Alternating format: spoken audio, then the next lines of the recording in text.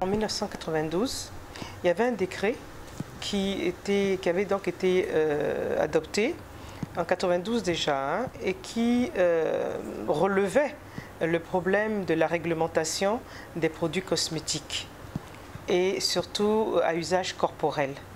Voilà. Alors donc on s'est rendu compte que ce décret malheureusement n'était pas appliqué.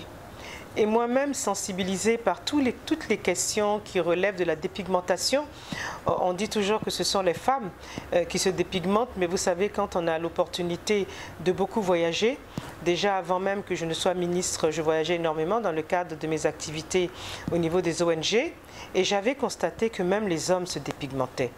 Et en plus, vous savez, dans mes fonctions de pharmacien, j'ai eu à rencontrer beaucoup de personnes qui se rendaient à l'officine pour maintenant essayer de réparer les conséquences, n'est-ce pas, de cette dépigmentation sur leur peau. Et c'était extrêmement difficile.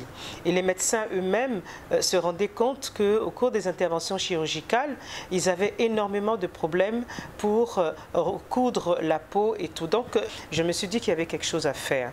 Avec les nouveaux contextes qui s'imposent à nous aujourd'hui, que vous connaissez tous, les hommes aiment les femmes qui brillent la nuit, disent-ils, parce que elles sont lumineuses, elles apportent la lumière, les étoiles brillent dans la chambre. Voilà, et malheureusement, la compréhension de cette appréciation fait que les femmes souvent se laissent aller à de la dépigmentation de leur peau avec toutes les conséquences que l'on connaît.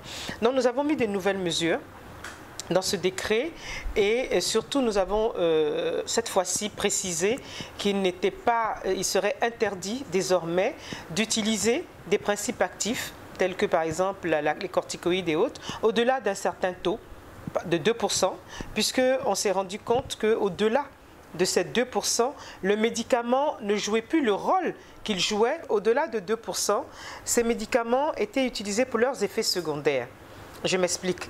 C'est-à-dire que les produits dermiques utilisés pour la peau, lorsque une personne a un problème de peau, on utilise ces principes actifs en dessous de 2%. À ce moment-là, avec une très faible application, il n'y a pas de problème, ça marche bien. Donc ça joue le rôle qu'on attend du produit.